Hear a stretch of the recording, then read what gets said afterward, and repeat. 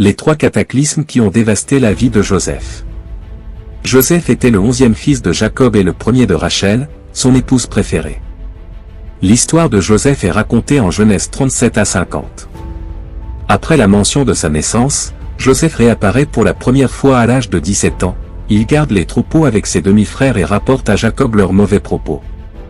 Le texte biblique dit aussi, que Jacob aimait Joseph plus que tous ses autres fils parce qu'il l'avait eu dans sa vieillesse, et il lui fit un habit de plusieurs couleurs. Les frères de Joseph savaient que leur père aimait Joseph plus qu'eux et cela les a poussés à le haïr. Pire encore, Joseph a commencé à faire des rêves, qu'il racontait à sa famille, des visions prophétiques montrant qu'un jour, il dominera sur eux. L'animosité des frères de Joseph envers lui a atteint son comble quand ils ont projeté de le tuer dans le désert.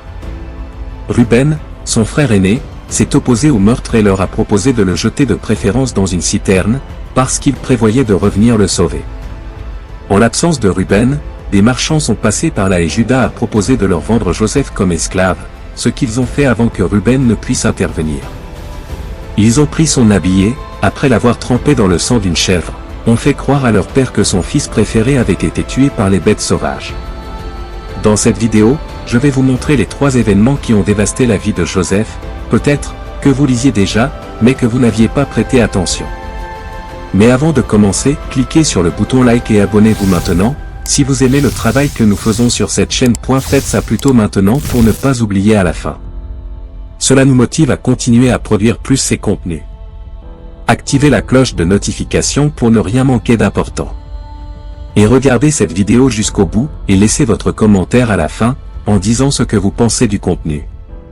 Les 3 cataclysmes qui ont chamboulé la vie de Joseph. Le premier cataclysme, la dévastation.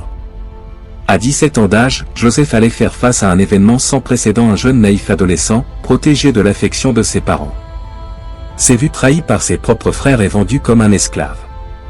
Avec la promesse de Dieu dans sa vie, n'aurait jamais pensé que sa vie aurait chamboulé à ce niveau. Il ne pensait pas que le chemin menant vers son apogée aurait autant d'embûches. Mais Dieu a tout fait pour un but. Malgré les promesses de Dieu pour nous, n'empêche pas que nous connaissions des adversités dans nos vies. Même si vos chemins ont des appâts, et vous ne comprenez pas la tournure que prend votre vie, rassurez-vous que Dieu ne vous déçoit jamais. Parce que Dieu est fidèle et ce qu'il a promis il l'accomplit.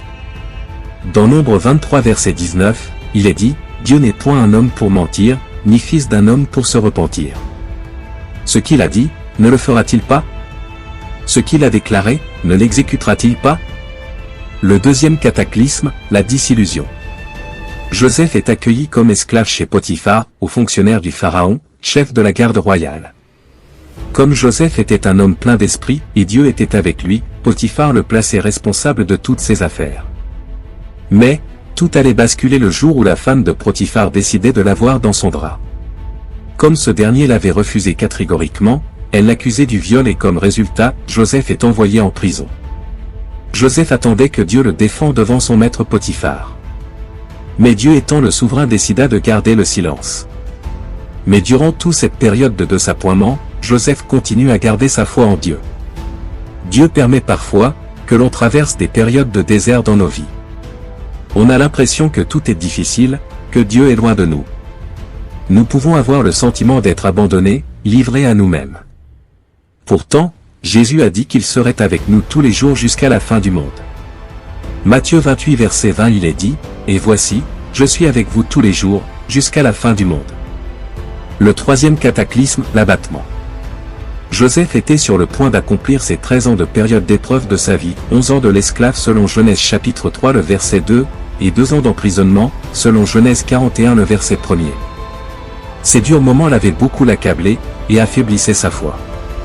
Il suppliait à l'un des officiers du roi dont il était leur chef, d'intercéder auprès du roi, pour sa liberté, lorsqu'il reprend sa fonction.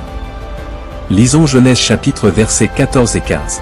« Mais souviens-toi de moi, quand tu seras heureux, et montre, je te prie, de la bonté à mon égard, parle en ma faveur à Pharaon, et fais-moi sortir de cette maison.